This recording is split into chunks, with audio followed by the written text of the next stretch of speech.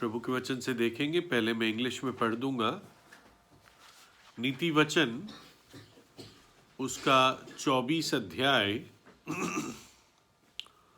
और उसकी 10 आयत। Proverbs chapter 24 and verse 10. If thou faint in the day of adversity, thy strength is small. और हिंदी में इस प्रकार से है, यदि तू विपत्ति के समय साहस छोड़ दे तो तेरी शक्ति बहुत कम है, तेरी सामर्थ बहुत कम है। आइए हम प्रार्थना करें। पिताजी, हम धन्यवाद देते हैं आपके पवित्र वचन के लिए, और वचन पर आप आशीष दीजिए और अंधकार की सारी शक्तियों को और डिस्टर्बेंसेस को प्रभु यीशु के नाम में दूर कीजिए, और हमारे मन, विचार और ध्यान आपके वचन पर फोकस्ड हो। पवित्र आत्मा हमारे शिक्षक हो। यीशु के लहू में आप मुझे धोकर पवित्र करें, सहायता कीजिए। अपने लोगों को आशीष दें। प्रार्थना प्रभु यीशु के नाम में मांगते हैं, आमीन। तो नीति वचन 24:10 में जैसे हमने पढ़ा, यदि तू विपत्ति के समय या तू संकट के दिन, विपत्ति के दिन तू साहस छोड़ दे तो तेरी सामर्थ बहुत कम है। ये ऐसा लगता है कि एक दृष्टिकोण है कि विपत्ति के दिन अगर तू हार जाता है या साहस छोड़ देता है तो तेरी सामर्थ्य बहुत कम है। ये लगता है कि एक ऑब्जर्वेशन के रूप में कहा गया है, लेकिन वास्तव में ये एक एक्सॉर्टेशन, उभारने के लिए कहा गया है कि जब विपत्ति का दिन आए, संकट का दिन आए, तो साहस मत छोड़ना, है ना? क्योंकि तेरे पास सामर्थ की बहुत बड़ी खान है एक विश्वासी के पास। यिर्मयाह 12 अध्याय की 5 आयत एक बहुत अच्छी आयत है, मुझे अच्छी लगती है।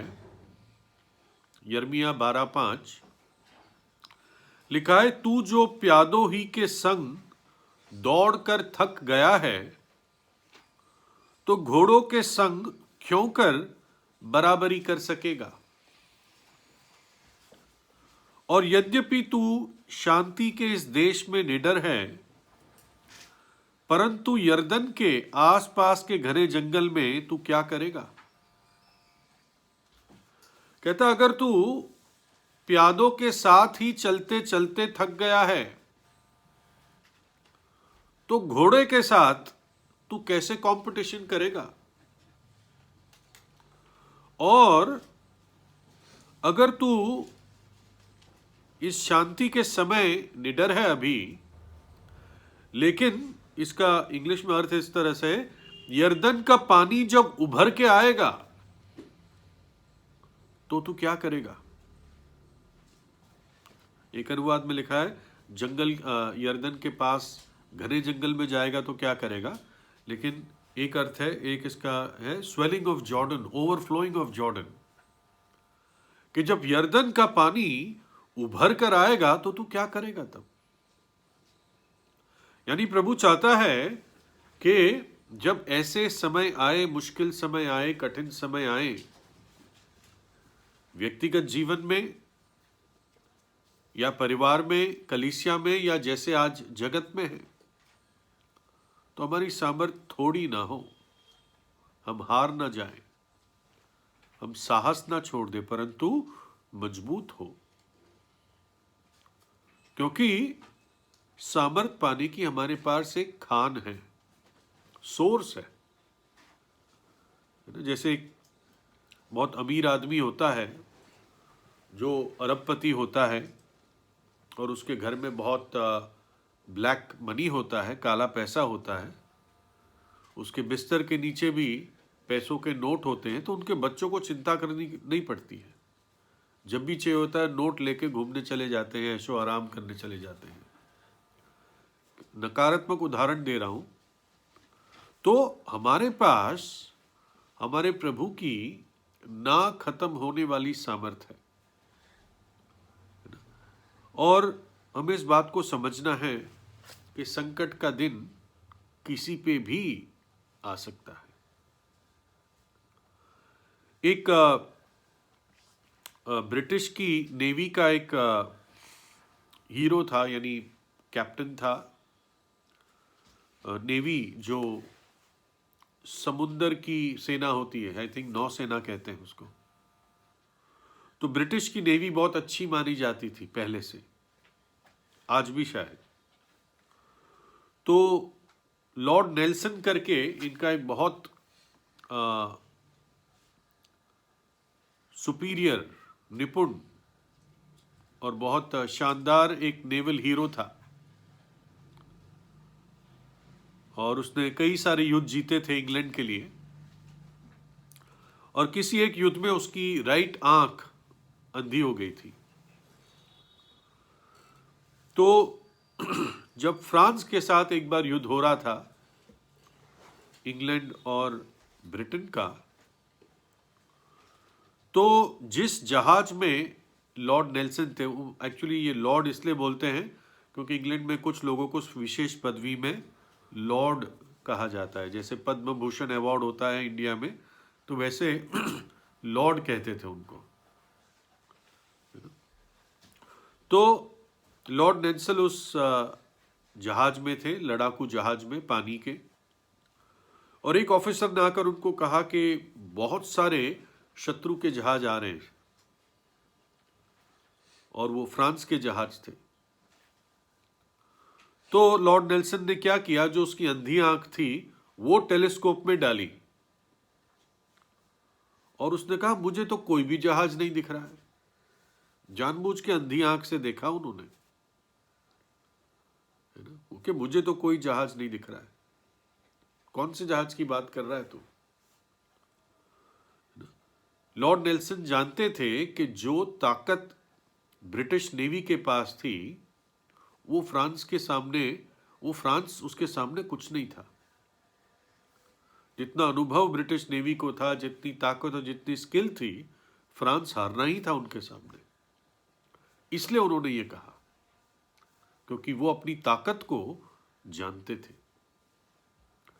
और वैसा ही एक विश्वासी के लिए है ना। उन परिस्थितियों के लिए हमें एक अंधी आंख दिखानी है और प्रभु पर हमें भरोसा करना है ना। प्रभु की सामर्थ मेरे और आपके लिए अवेलेबल है, उपलब्ध है। पहला यूहन्ना 4 अध्याय की 4 आयत में लिखा है, हे बालकों, तुम परमेश्वर के हो और तुमने उन पर जय पाई है, क्योंकि जो तुम में है वह उससे जो संसार में है बड़ा है। तुम में जो है वो संसार में जो उससे बड़ा है, उससे सामर्थी है। देखिए इंग्लिश में जो आता है, इफ यू फेंट in the day of adversity, अगर तू संकट के दिन साहस छोड़ देता है तो ऐसा दिन कई बार आ जाता है। हमारा शत्रु जो है कोरोना वायरस की तरह है, दिखता नहीं है। और संकट का दिन कब आ जाए हमें नहीं मालूम। कई सारे परमेश्वर के दासों के जीवन में संकट का दिन आया और अब भी आता है ना। इसलिए प्रभु कहता है कि जब आए तो अपना साहस मत छोड़ देना। इफिसियों 6:12 में लिखा है, जो हमारा अनदेखा शत्रु है, क्योंकि हमारा ये मल युद्ध लहू और मांस से नहीं, परंतु प्रधानों से और अधिकारियों से और इस संसार के अंधकार के हाकिमों से और उस दुष्टता की आत्मिक सेनाओं से है जो आकाश में है। हमारा युद्ध शैतान की सेना के साथ है। हमें उसका कुछ बिगाड़ने की इच्छा नहीं है, लेकिन वो हमारा बिगाड़ना चाहता है। हम तो सिर्फ प्रभु की सेवा करते हैं, उस सेवा करने में उसका राज्य टूटता है, ये बात अलग है। लेकिन ये ऐसा शत्रु है, क्योंकि वो परमेश्वर का शत्रु है, प्रभु की हर एक भली बात का वो विरोधी है, और प्रभु की हर एक भली बात में वो अड़ंगा डालना चाहता है, खराब करना चाहता है। इसलिए आदम और हवा को बनाया तो सबसे पहले उनको अटैक किया।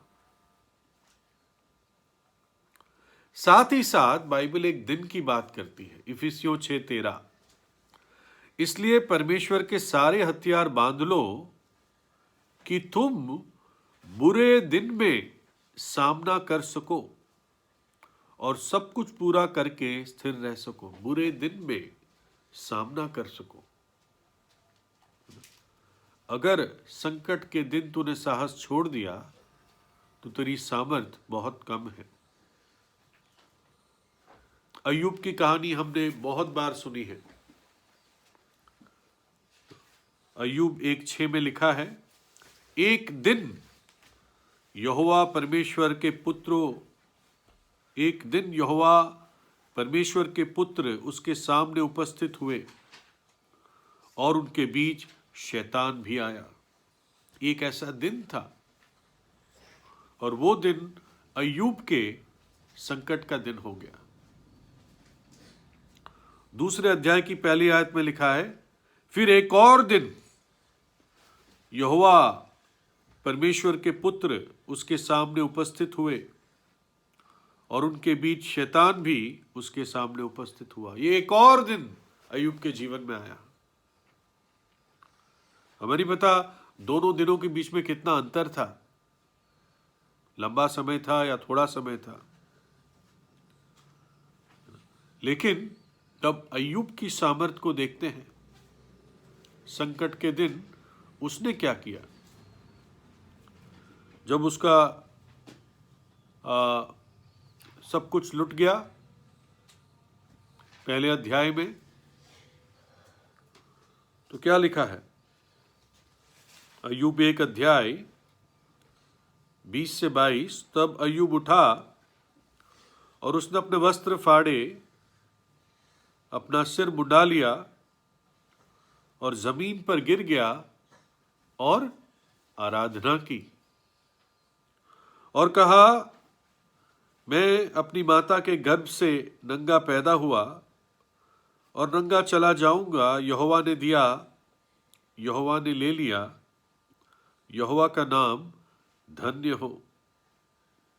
और फिर पवित्र आत्मा लिखता है, इन सब बातों में अय्यूब ने पाप नहीं किया और ना परमेश्वर के बारे में मूर्खता से कुछ बोला। अय्यूब की जितनी मुश्किल उस पर आई, हम पढ़ने से भी डरते हैं, लेकिन हम देखते हैं इन सब बातों के बाद वो 42 अध्याय में कहता है कि हे प्रभु, अब तक तो तेरे बारे में सुना ही था सिर्फ, लेकिन अब मेरी आंखें तुझे देखती है और इसलिए मैं अपने आप से घृणा करता हूं और राख और धूलि में पश्चाताप करता हूं। अय्यूब 42 शायद 5 में है, और यह अय्यूब 42:10 में प्रभु उसको दुगनी आशीष देता है। यह अय्यूब के जीवन में जब संकट का दिन आया तो उसने साहस नहीं छोड़ा। उसकी परीक्षा लंबी थी और बड़ी विजय के साथ निकला। कुड़कुड़ाया जरूर, बीच में हम देखते हैं उसके 3 वफादार दोस्तों ने भी उसको बहुत ताने मारे, दूसरा और एक व्यक्ति हम देखते हैं जिसका नाम लूत था, जो इब्राहिम का भतीजा था। और बाइबल बताती है नए नियम में कि लूत एक धर्मी जन था, प्रभु का भय मानता था, लेकिन उसने अपने जीवन में निर्णय गलत लिए थे। जबकि इब्राहिम तंबुओं में रहता था, लेकिन लूत उससे अलग होकर सोदोम में रहने लगा। सोदोम के पापों का भागीदारी नहीं था निश्चित रूप से, लेकिन सोदोम में रहते रहते उसका परिवार भी संसारिक हो गया था, पत्नी भी, और लूत की आत्मिक सामर्थ खत्म हो गई थी। एक विश्वासी स्वर्ग तो जाएगा, लेकिन हो सकता है संसार में उसकी कोई आत्मिक सामर्थ्य ना रहे, वो सिर्फ एक शो पीस विश्वासी रह जाता है। घर में शोकेस में रखते हैं ना अच्छे अच्छे छोटे खिलौने, वैसा रह जाता है, वो किसी काम का नहीं आता वो प्रभु के। और लूत के जीवन में भी संकट का दिन आया। कौन सा दिन? जब उसका नगर ही पूरा जला देने वाले थे। स्वर्ग से आग और गंधक गिरने वाली थी। स्वर्गदूत उसको निकालने के लिए आए, उसके परिवार को, और नगर के साथ उसका घर भी भस्म हो जाना था, है ना। संकट का दिन था। लेकिन उस संकट के दिन लूत की सामर्थ बहुत थोड़ी थी। देखिए, स्वर्गदूतों ने उसको ये कहा था कि तू जल्दी से अब निकल, तेरी पत्नी, बेटियों के साथ और जो भी तेरा है उनके साथ तू निकल यहां से। उसने अपने दामादों को कहने की कोशिश की कि जल्दी निकलो, परमेश्वर नाश करने वाला है। वो भी हंसने लगे। ऐसा लगता है कि उनकी मंगनी हो रखी थी, अभी शादी नहीं हुई थी। तो स्वर्गदूतों ने कहा कि मैदान में मत रहना, प्लेन में मत रहना, पहाड़ों पर चले जाओ। लेकिन वो क्या करता है? 19 अध्याय की 16 आयत में, उत्पत्ति 19:16, पर वह विलंब करता रहा। इससे उन पुरुषों ने उसको और उसका और उसकी पत्नी और दोनों बेटियों का हाथ पकड़ लिया, क्योंकि यहोवा की दया उस पर थी, और उसको निकाल कर नगर के बाहर कर दिया। यहोवा की दया उस पर थी, इसलिए स्वर्गदूत उसको और उसके परिवार को खींच के निकाल रहे थे। लेकिन वो क्या करता रहा? विलंब करता रहा। सर पे आग गिरने वाली है और विलंब करता रहा। सोच सकते हो? स्वर्गदूतों ने कहा पहाड़ पे चले जाओ। जैसे दाऊद एक बार प्रार्थना करता है ना कि मुझे उस चट्टान पर ले जा जो मुझसे ऊंची है। Lead me to the rock that is higher than I. और जब निकलने लगे तो देखो फिर क्या कहता है, उत्पत्ति 19 अध्याय 19 और 20। देख, तेरे दास पर तेरी अनुग्रह की दृष्टि हुई है, वो स्वर्गदूतों से कह रहा है, और तूने इसमें बड़ी कृपा दिखाई कि मेरे प्राणों को बचाया है। पर मैं पहाड़ पर भाग नहीं सकता, कहीं ऐसा न हो कि कोई विपत्ति मुझ पर आ पड़े और मैं मर जाऊं। देख, ये नगर ऐसा निकट है कि मैं वहां भाग सकता हूं, और वो छोटा भी है, मुझे वहीं भाग जाने दे। क्या वो छोटा नहीं है? और मेरा प्राण बच जाएगा। स्वर्ग से संदेश है उसके लिए कि तू पहाड़ पर चला जा। वो कहता है नहीं, मेरे लिए सुरक्षित नहीं है, मैदान ही मेरे लिए सुरक्षित होगा, इस छोटे नगर में मैं चला जाता हूं। ये उसका एटीट्यूड था संकट के दिन। शायद इतना आदी हो गया था ना सुनने के लिए कि स्वर्गदूत भी आए तब भी उनकी बात पूरी तौर से सुन नहीं पा रहा था, आज्ञा नहीं मान पा रहा था। धर्मी जन था लेकिन आत्मिक सामर्थ नहीं थी, और संकट के दिन उसकी सामर्थ बहुत कम दिखाई दी और प्रकट हुई। पत्नी को खो दिया, नमक का खंबा बन गई, और 2 श्रापित जातियां इसके घर से पैदा हुई। तो ये लूत की कहानी थी। देखिए, परमेश्वर का एक अच्छा दास भी, एक अच्छा विश्वासी भी बहक सकता है। जब दाऊद को सौल सालों तक पीछा करता रहा, दाऊद हमेशा बचता रहा, प्रभु उसको बचाता रहा। जब मौत भी दाऊद से 1 कदम का फासला रखी थी, तब भी प्रभु उसको बचाता रहा। सौल के भालों से बचाता रहा, जंगलों में प्रभु उसको छिपाता रहा। लेकिन एक समय जब दाऊद की आंखें प्रभु से हट गई और परिस्थितियों पर आ गई, जैसे पतरस जब पानी पे चल रहा था, जब प्रभु को देखता रहा, चलता रहा, लेकिन जैसे आसपास के आंधी तूफान को देखा तो डूबने लगा। वही चीज दाऊद के साथ हुई। 1 शमूएल 27:1। और दाऊद सोचने लगा, अब मैं किसी न किसी दिन, देखो दिन शब्द फिर आता है, अब मैं किसी न किसी दिन शाऊल के हाथ से नाश हो जाऊंगा।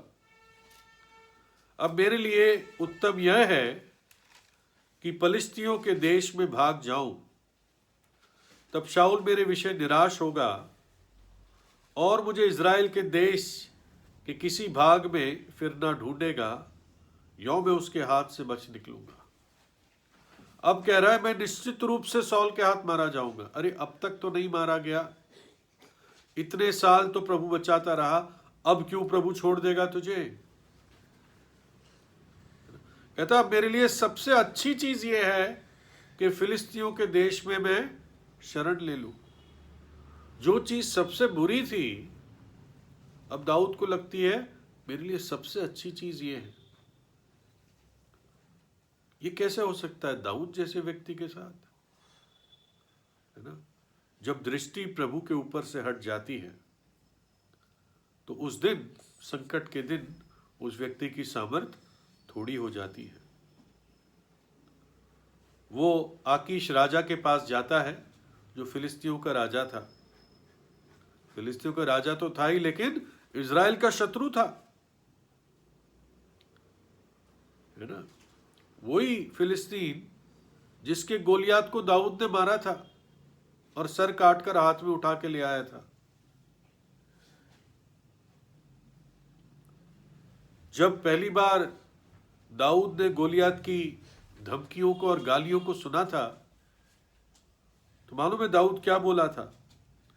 1 शमूएल 17 अध्याय की 26 आयत में, तब दाऊद ने उन पुरुषों से जो उसके आसपास खड़े थे पूछा कि जो उस पलिश्ती को मार के इजरायलियों की नाम धराई दूर करेगा, उसके लिए क्या किया जाएगा?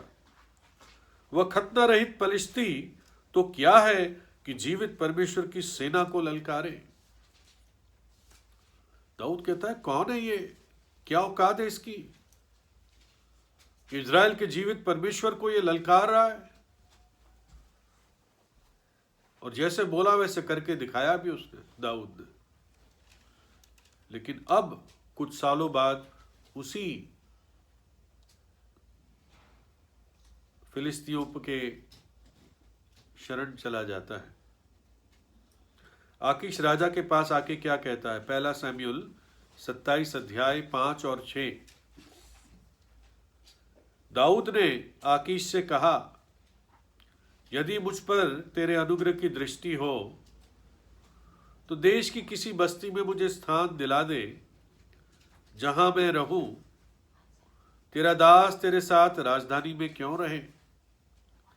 जब आकीश ने उसे उसी दिन तब आकीश ने उसे उसी दिन सिकलाग बस्ती दी। इस कारण से सिकलाग आज के दिन तक यहूदा के राजाओं का बना है। दाऊद के पास करीब 600 लोग थे और वो आकीश के पास जाके कहता है, कोई छोटी सी जगह दे दे हमें रहने के लिए, अब हम तेरी सेवा करेंगे, मैं तेरा दास बनूंगा, तेरे अनुग्रह की दृष्टि मुझ पर बनी रहे। कितनी अजीब बात है ना, कि दाऊद को एक शत्रु देश के राजा को कहना पड़ रहा है, तेरे अनुग्रह की दृष्टि मुझ पर बनी रहे। ये तो प्रभु का अनुग्रह था दाऊद पर, कभी नहीं हटा कि प्रभु ने उसको यहां से भी बाद में निकाला। लेकिन जब जिक्लाग में ये लोग रहने लगे, तब अमेलिकियों ने हमला किया। जब दाऊद और उसके लोग बाहर थे, उस जिक्लाग पर हमला किया, जिक्लाग को जला दिया और उन लोगों की पत्नी और बच्चियों को किडनैप करके ले गए वो लोग। और तब फिर एक संकट का दिन दाऊद पर आया। लिखा है 1 शमूएल 30 अध्याय और 3 आयत। इसलिए जब दाऊद अपने जनों समेत उस नगर में पहुंचा, तब नगर तो जला पड़ा था और स्त्रियां और बेटे बेटियां बंधुआई में चली गई थी। अमेलिकी उन सबको किडनैप करके ले गए और लोग बहुत रोए, परिवार चले गए, सबके एक साथ छिन गए। तो लिखा इतना रोए कि फिर रोने की ताकत नहीं थी। और फिर 6 आयत में लिखा है, और दाऊद बड़े संकट में पड़ा, क्योंकि लोग अपने बेटे बेटियों के कारण बहुत शोकित होकर उस पर पथरवाह करने की चर्चा कर रहे थे। अब उसके वफादार भाई ही, मतलब जो उसके शूरवीर लोग उसके साथ थे, कहते दाऊद को ही मार देते हैं हम। तो लिखा है वो बड़े संकट में पड़ा, संकट का दिन दाऊद पर आया। तब उसने क्या किया, उसने 5वीं आयत में लिखा है, उसने he encouraged himself in the Lord, उसने यहोवा में सामर्थ पाई, उसने प्रभु में अपने आप को उभारा, क्योंकि और कोई था ही नहीं। सब दोष दे रहे थे, निराश कर रहे थे। ऐसा भी समय आता है कि कहां पर सामर्थ पाए, कहां पर कोई एक अच्छा शब्द सुनने को मिले कि ताकत मिले।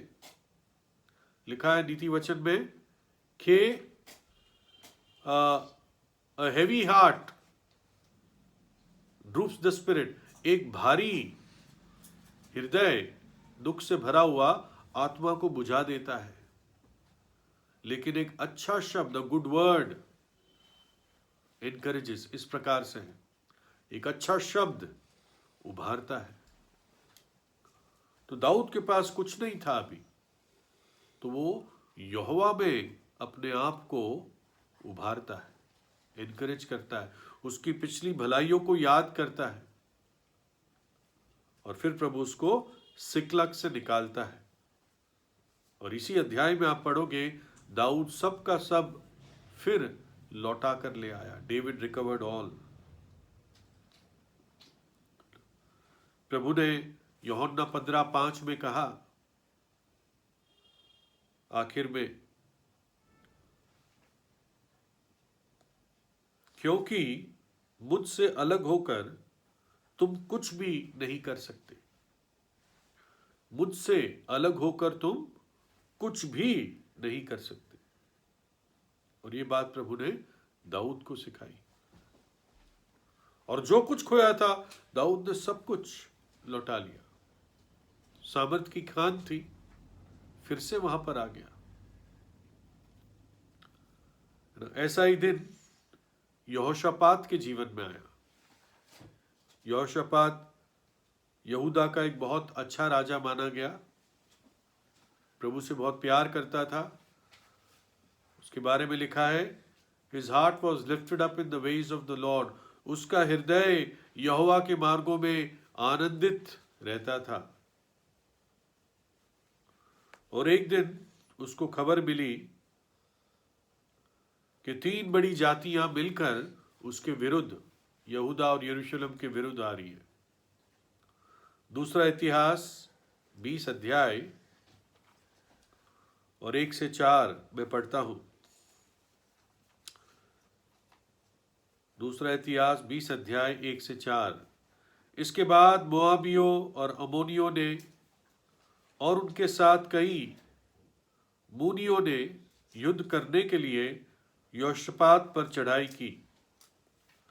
तब लोगों ने आकर यहोशापात को बता दिया कि ताल के पार से एदोम देश की ओर से एक बड़ी भीड़ तुझ पर चढ़ाई कर रही है, और देख वह हासासोन तमार तक, जो एनगडी भी कहलाता है, पहुंच गई है। तब यहोशापात डर गया और यहोवा की खोज में लग गया और पूरे यहूदा में उपवास का प्रचार करवाया। सो यहूदी यहोवा से सहायता मांगने के लिए इकट्ठे हुए, वरन वे यहूदा के सब नगरों से यहोवा से भेंट करने को आए। बहुत लाखों की भीड़ की सेना पास पहुंच गई थी, शत्रु की सेना। और यहोशापात का जो बताया तो डरा वो। संकट का दिन आ गया सामने, डरा वो। उसने ये नहीं कहा जल्दी से अपने हथियार तैयार करो, तलवारों को लो, घोड़ों और रथों को तैयार करो। उसने ऐसा कुछ नहीं किया। उसने क्या किया? लिखा है वो यहोवा के चेहरे को, यहोवा की खोज में लग गए, यानी प्रभु के पास पहले गया और पूरे यहूदा में उपवास का प्रचार करवाया। मिलिट्री सेना की तैयारी नहीं की, उपवास का प्रचार करवाया। लोग सब मंदिर के पास इकट्ठे हो गए और यहोवा के सामने अपने आप को प्रस्तुत किया, क्योंकि यहोशापात अपनी सामर्थ की खान को जानता था। और लिखा है 20 अध्याय की 13 आयत में, देखो कितना आप उस दृश्य को आप सोचे। दूसरा इतिहास 20:13। और सब यहूदी अपने अपने बाल बच्चों, स्त्रियों और पुत्रों समेत यहोवा के सम्मुख खड़े रहे। सारी फैमिलीज आकर उस मंदिर के आंगन में या मंदिर के बाहर वो खड़े रहे। क्यों? कि प्रभु हमारी मदद कर, ये लोग तो हमें नाश कर देंगे, खत्म कर देंगे। लेकिन वो प्रभु के सामने खड़े रहे। और तब यहोशापात प्रभु जैसे उसको अगुवाई देता है, अब तैयारी करता है। लेकिन उसकी तैयारी देखिए, दूसरा इतिहास 20 अध्याय की 21 आयत। तब उसने प्रजा के साथ सम्मति करके कितनों को ठहराया, जो कि पवित्रता से शोभायमान होकर हथियारबंदों के आगे आगे चलते हुए यहोवा के गीत गाए और ये कहते हुए उसकी स्तुति करें कि यहोवा का धन्यवाद करो, क्योंकि उसकी करुणा सदा की है। उसने पहले तो उन लोगों को पवित्र किया, लेवियों को विशेषकर, और उनको सेना के आगे रखा और भेजा कि वो प्रभु का गीत गाते गाते आगे जाएं, कि give thanks to the lord for his mercy endureth forever. यहोवा का धन्यवाद करो, क्योंकि उसकी करुणा सदा की है। प्रभु की आराधना करते हुए और उसकी करुणा पर भरोसा करते हुए आगे निकले। ऐसा भी नहीं किया उसने कि सेना को कह दिया भाई तुम अंदर ही बैठो, ऐसा नहीं कहा। जो सही था वो भी किया, लेकिन सबसे आगे उसने गीत गाने वाले रखे। ये सबसे अद्भुत बात थी। वो जानता था मेरी सेना काफी नहीं है इनको लड़ने के लिए, लेकिन जब प्रभु की आराधना करूंगा तो प्रभु मेरे लिए लड़ेगा। और आपको मालूम है कुछ ऐसा प्रभु ने किया कि ये आपस में ही लड़ चुके, ये जो 3 जातियां आई थी, और खत्म हो गए। यहोशापात को हथियार चलाने ही नहीं पड़े। आप इस अध्याय को पढ़ सकते हैं। और इतना लूट मिला के 3 दिन उनके जवेरात और बहुमूल्य वस्तुएं वो इकट्ठे करते रहे इजरायली। 3 दिन तक, बहुत होता है, मालामाल हो गए होंगे। और चौथे दिन बराका की वादी में गए और वहां पर प्रभु को धन्यवाद दिया, प्रभु को धन्य कहा। बराका मतलब आशीष। ये यहोशापात का बर्ताव था जब संकट का दिन उस पर आया। और आखिर में हिजकिय्याह को देख लेंगे। हिजकिय्याह पर भी ऐसे संकट का दिन आया। और ये हम पाते हैं 2 राजा 18 अध्याय की 11 आयत। आपको समझना है कि हिजकिय्याह यहूदा का राजा था और इजराइल में 2 हिस्से हो चुके थे, 10 गोत्र उत्तर, 2 गोत्र दक्षिण। और इससे पहले अशूर का राजा उत्तर के 10 गोत्रों को उठा के ले गया था और अपने लोगों को वहां बसा दिया था, जो बाद में सामरी बने। 2 राजा 18:11 में लिखा है, तब अशूर का राजा इजराइल को बंधुआ करके अशूर में ले गया और हला में और गोजान की नदी हाबोर के पास और मादियों के नगरों में उन्हें बसा दिया। तो बहुत ताकतवर था अशूर का राजा। और कई सालों बाद वो अब यहूदा पर हमला करने आता है, यरूशलेम पर। 2 राजा 18:17। तो भी अशूर के राजा ने तरतान, रबसारीस और रबाशेक को बड़ी सेना देकर, ये उसके मुख्य लोग थे, लाकीश से यरूशलेम के पास हिजकिय्याह राजा के विरुद्ध भेज दिया। सो वे यरूशलेम को गए और वहां पहुंचकर ऊपर के पोखरे की नाली के पास धोबियों के खेत की सड़क पर जाकर खड़े हुए। अशूर के राजा ने बहुत सारे देशों को खत्म किया था और यहूदा के भाइयों को, उत्तर के इजराइल को भी हरा दिया था। वो युद्ध में बहुत निपुण लोग थे, बहुत क्रूर थे, हाथ पैर काट देते थे, आंखें निकाल लेते थे, चमड़ी उखाड़ देते थे, ऐसे लोग थे। लोगों की मुंडियों का ढेर कर देते थे। इसलिए योना नबी इनसे घृणा करता था। निनवे इनका राजधानी था और वो जा जाके सब देशों में उनके देवताओं के मूर्तियों को और ऐसी चीजों को भस्म कर देते थे। और अब ये हिजकिय्याह को धमकी देता है कि मेरे हाथ से कोई नहीं बच सकता, किसी का देवता नहीं बचा सकता, यहोवा भी नहीं बचा सकता। और अब बाहर खड़े थे दरवाजे पे एक तौर से। और हिजकिय्याह क्या करता है? 2 राजा 19 अध्याय, 5 मिनट में खत्म कर दूंगा, प्रभु सहायता करे, 1 से 3। जब हिजकिय्याह राजा ने यह सुना तब वह अपने वस्त्र फाड़ टाट ओढ़कर यहोवा के भवन में गया और उसने एलियाकीम को, जो राजघराने के काम पर था, और शेबना मंत्री को और याजकों के पुरनियों को, जो सब टाट ओढ़े हुए थे, अमोस के पुत्र यशायाह भविष्यद्वक्ता के पास भेज दिया। उन्होंने उससे कहा, हिजकिय्याह यूं कहता है, सुनिए ये वर्ड्स, आज का दिन संकट और उल्हाने और निंदा का दिन है। बच्चे जन्मने पर हुए पर जच्चा को जन्म देने का बल ना रहा। हिजकिय्याह कहता है, आज हम पर संकट का, उल्हाने का और निंदा का दिन आया है। बच्चे तो जन्मना चाह रहे लेकिन ताकत नहीं है।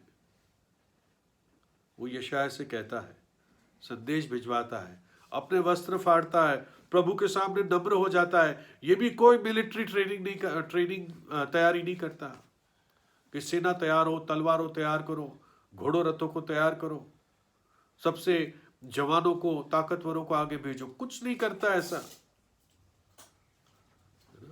प्रभु के ऊपर अपने आप को कास्ट कर देता है, प्रभु से लिपट जाता है प्रार्थना में, उपवास में, और यशायाह को कहता है हमारे लिए प्रार्थना कर। कहता है lift up your hand in prayer, उसी अध्याय में। उसका भरोसा किस पर था? प्रभु पर था, प्रार्थना पर था, और खुद प्रार्थना करता है हिजकिय्याह। दूसरा राजा 19:19, इसलिए अब हे हमारे परमेश्वर यहोवा, तू हमें उसके हाथ से बचा, कि पृथ्वी के राज्य के लोग जान ले कि केवल तू ही यहोवा है। प्रभु हमें तू बचा इससे कि लोग जाने कि चाहे इसने औरों को हराया, औरों के देवताओं को हराया, लेकिन पृथ्वी के राज्य जाने कि तू ही यहोवा है, तू उनमें से नहीं है, तेरे समान कोई नहीं है, तेरे समान कोई चट्टान नहीं है ना। हमारे नए नियम की भाषा में प्रभु तू 10,000 में उत्तम है, जबकि वो पुराने नियम की आयत है। लेकिन जब हम प्रभु यीशु को सराहते हैं तो हम कहते हैं प्रभु तेरे समान कोई नहीं है। और प्रभु ने क्या किया, देखिए दूसरा राजा 19 अध्याय 35 से 37। उसी रात जब ये प्रभु पर पूरा भरोसा करके प्रभु का चेहरा खोजे, नम्र हो गए, उपवास किया, प्रार्थना किया, एक दूसरे को प्रार्थना करने के लिए कहा, यशायाह भविष्यद्वक्ता से कहा, 35 से 37। उसी रात में क्या हुआ कि यहोवा के दूत ने निकलकर अशूरियों की छावनी में 1,85,000 पुरुषों को मारा। और भोर को जब सवेरे उठे तब देखा कि लोथ ही लोथ पड़ी है। तब अशूर का राजा सन्हेरीब चल दिया और लौटकर निनवे में रहने लगा। वहां वह अपने देवता निस्रोक के मंदिर में दंडवत कर रहा था कि अदमलेक और सरेसर ने उसको तलवार से मारा और अरारात देश में भाग गए, और उसी का पुत्र एसोरदोन उसके स्थान पर राज्य करने लगा। स्वर्गदूत ने 1,85,000 उसी रात मार दिए, खत्म होगी पूरी सेना। हिजकिय्याह को तो अपनी सेना भी नहीं लानी पड़ी। और जब ये वापस गया अशूर का राजा, उसके दोनों बेटों ने उसको उनके मंदिर में मार दिया। कहता था कौन मेरे हाथ से बचा सकता है, यहोवा नहीं बचा सकता। उसी के देवता के घर में उसके बेटों ने उसको मार दिया, वो बचा नहीं पाया उसको। तो ये संकट का दिन जब हिजकिय्याह पर आया तो प्रभु ने सामर्थ प्रकट की। ऐसा युद्ध बिना लड़े जीत लिया गया, यहोशापात के द्वारा भी और हिजकिय्याह के द्वारा भी। हथियारों का उपयोग नहीं हुआ। इन लोगों ने प्रभु की सामर्थ पर भरोसा किया। लिखा यशायाह 26:4 में, यहोवा पर सदा भरोसा रख, क्योंकि प्रभु यहोवा सनातन चट्टान है। इंग्लिश में है, क्योंकि प्रभु यहोवा अनंत काल की सामर्थ है। भजन 46:1-3 में लिखा है, परमेश्वर हमारा शरण स्थान और बल है, सामर्थ है, संकट में अति सहज से मिलने वाला सहायक है। इस कारण हमको कोई भय नहीं, चाहे पृथ्वी उलट जाए और पहाड़ समुद्र के बीच में डाल दिए जाए, चाहे समुद्र गरजे और फेन उठाए और पहाड़ उसकी बाढ़ से कांप उठे। यहोवा हमारा शरण स्थान और सामर्थ है। यशायाह 40:29-31, वह थके हुओं को बल देता है और शक्तिहीन को बहुत सामर्थ्य देता है। तरुण तो थकते और श्रमित हो जाते हैं और जवान ठोकर खाकर गिर जाते हैं, परंतु जो यहोवा की बाट जोते हैं वो नया बल प्राप्त करते जाएंगे। वे उकाबों की नाई उड़ेंगे, वे दौड़ेंगे और श्रमित ना होंगे, चलेंगे और थकित ना होंगे। वो सामर्थ आपके लिए उपलब्ध है। और आखिर में एक बहन थी, एमी कारमाइकल, उसने ये गीत या कविता लिखी है। वो कहती है, हे प्रभु यीशु, अगर मेरे कदम लड़खड़ाने लगे, अगर मैं युद्ध के मैदान से भागने लगूं, अगर जंगल, रेगिस्तान और कांटे मुझे दुख और दर्द दे, तब प्रभु यीशु मुझे अपने पैर दिखाना। वो पैर जो लहूलुहान हो गए, वो पैर जो उस कीलों के कारण घायल हुए, प्रभु यीशु मुझे अपने पैर दिखाना। तब हे परमेश्वर, मैं कैसे अपने हाथ और पैर तुझे दिखा पाऊंगा, है ना। यानी संकट के दिन, दुख के समय प्रभु यीशु के संकट और दुख को जब देखोगे तो अपना बहुत थोड़ा जान पाओगे कि मेरा तो बहुत थोड़ा है ना। प्रभु ने कितना कुछ मेरे और आपके लिए उस संकट के दिन सहा, कलवरी के क्रूस पर। तो प्रभु हमारी सहायता करें। आखिर में वही वर्ष पढ़ के हम प्रार्थना में जाएंगे। यदि तू विपत्ति के दिन साहस छोड़ दे तो तेरी सामर्थ बहुत कम है। प्रभु यीशु हमें आशीष दे।